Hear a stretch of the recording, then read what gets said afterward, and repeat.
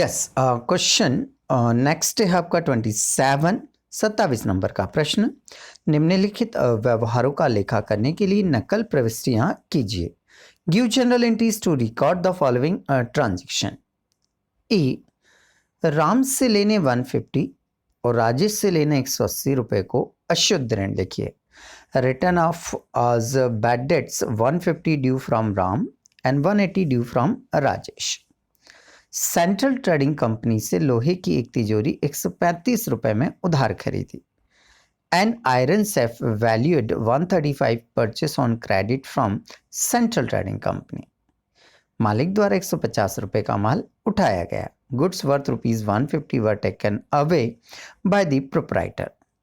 मालिक के घर के मकान की मरम्मत के लिए 260 रुपए का एक चेक दिया।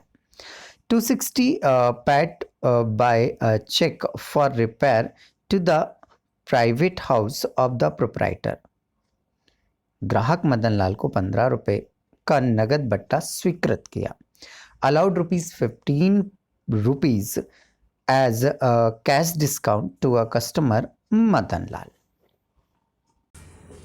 यस, क्वेश्चन रीड करने के बाद आइए इसे हम सॉल्व करते हैं। क्वेश्चन में उसने पहली एंट्री लिख कर दी है कि राम से लेने 150 रुपए और राजेश से लेने 180 रुपए को अशुद्ध ऋण लिखिए।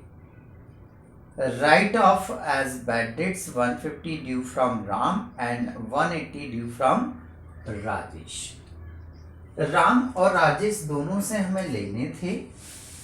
राम से भी लेने हैं हमें और राजेश से भी हमें लेने हैं। ठीक है, ये अमाउंट जो दोनों से लेने हैं, ये दोनों से जो अमाउंट लेने हैं, ये पैसा डूब गया। अब पैसा डूब गया, बैड डेट्स हो गया, तो बैड डेट्स फर्म के लिए, बिजनेस के लिए लॉस है और लॉस को क्या करते हैं, डेबिट। तो यहां क्या लिखेंगे आप, बैड डेट्स अकाउंट डेबिट।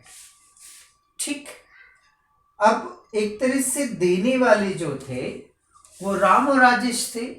देने वाले कौन थे, राम और राजेश। तो देने वाले को क्या करते हैं हम, क्रेडिट। तो टू राम्स अकाउंट और टू राजेश अकाउंट। ये एंट्री हो गई।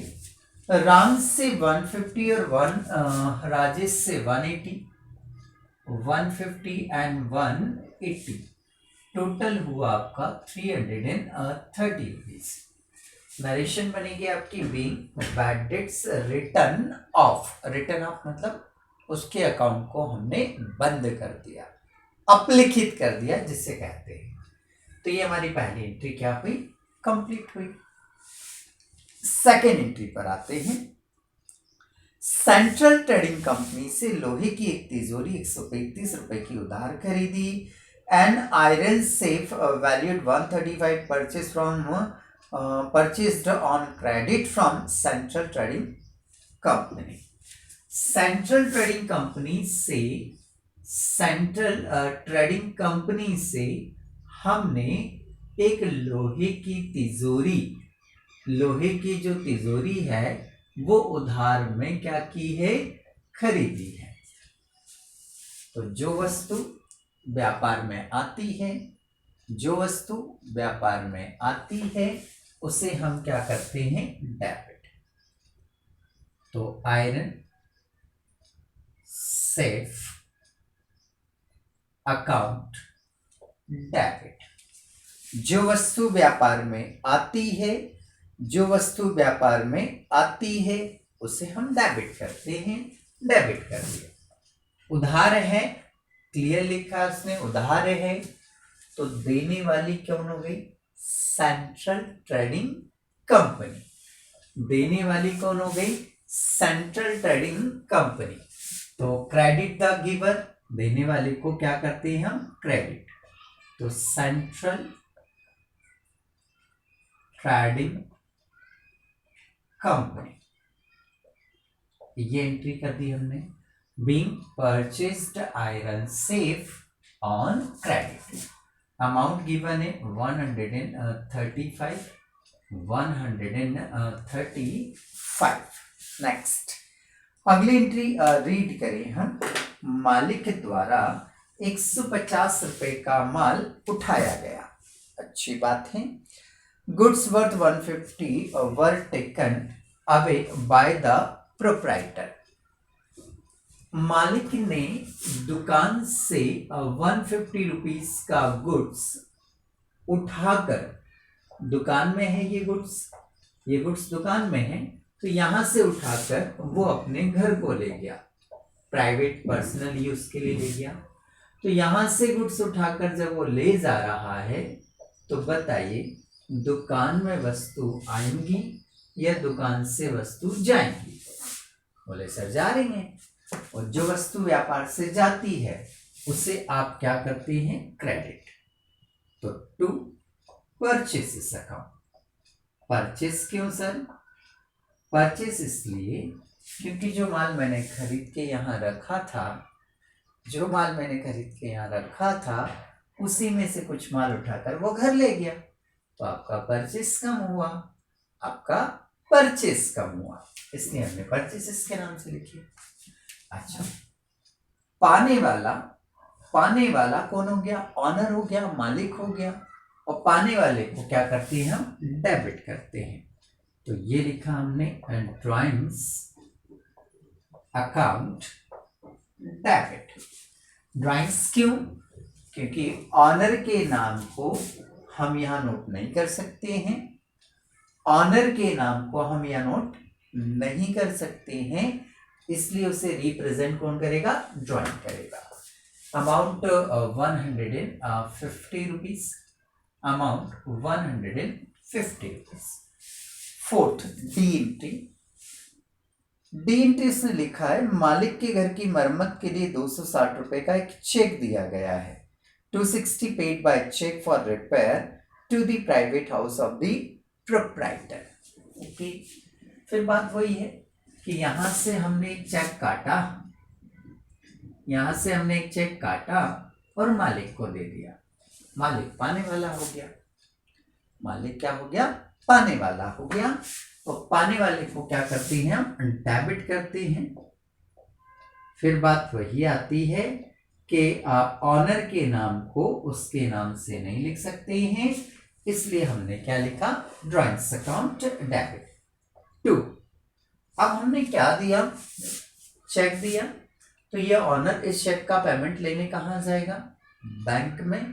तो बैंक देने वाली हो जाएगी, तो बैंक को क्या कर देंगे आप? क्रेडिट कर देंगे। भाई इसने अपने मकान की रिपेयरिंग करवाई, इसने अपने मकान की, स्वयं के मकान की क्या करवाई? रिपेयरिंग, और जिसने भी रिपेयर किया उसको क्या दे दिया? चेक दे दिया। तो वो व्यक्ति चेक का पेमेंट लेने कहाँ जाएगा? बैंक। तो देने वाली कौन हो जाएगी? बैंक। और देने वाला हमेशा क्या होता है? क्रेडिट। कितना दिया है? 260। Being cash withdrawal for personal use या being paid cheque for repair, ऐसा भी लिख सकते हैं। नेक्स्ट अगली एंट्री। नेक्स्ट एंट्री उसने दी हुई है ग्राहक मदन लाल को 15 रुपए का नगद बट्टा हमने स्वीकृत किया। Discount allowed 15 rupees to customer Madan Lal. Discount देना हमारा एक्सपेंसेस हुआ, हम डिस्काउंट दे रहे हैं ना, जब हम डिस्काउंट दे रहे हैं तो हमारा एक्सपेंसेस हुआ, और एक्सपेंसेस को क्या करते हैं हम? डेबिट करते हैं। ये लिखा हमने discount allowed account debit. To, देने वाला कौन हुआ? मदन लाल। देने वाला कौन हुआ? मदन लाल। सर देने वाला मदन लाल कैसे हुआ? हाँ चलिए, मान लीजिए कि ये मदन लाल है, ये कौन है? मदन लाल। तो हम मदन लाल को डिस्काउंट दे रहे हैं। हम मदन लाल को क्या दे रहे हैं? डिस्काउंट दे रहे हैं। तो हम डिस्काउंट इसे बाद में देंगे, इससे पहले पेमेंट मिल रहा होगा। इससे पहले पेमेंट क्या हो रहा होगा? हमें मिल रहा होगा। तो ये पेमेंट हमें दे रहा होगा, ये पेमेंट हमें दे रहा होगा, तो हमने इसको डिस्काउंट दिया। बिना पेमेंट के डिस्काउंट थोड़े ना देते हैं हम। तो जिससे पेमेंट मिल रहा है, इससे पहले, डिस्काउंट की बात बाद में, पहले पेमेंट की बात करो कि इससे पहले पेमेंट हमें क्या होगा? रिसीव होगा। जब इससे पेमेंट रिसीव होगा तो ये क्या हुआ? देने वाला हुआ ना, इसलिए देने वाले को क्या करेंगे हम? क्रेडिट करेंगे। Credit the giver. अमाउंट जो है वो उसने दिया हुआ है भाई 15 रुपीज। ये लिख दिया आपने 15 रुपीज, ये 15 rupees. Narration I giving discount allow. हमारी एंट्रियां कंप्लीट होती हैं। टोटल लगाएंगे हम, तो इसकी टोटल आ रही है आपकी 890 रुपीज।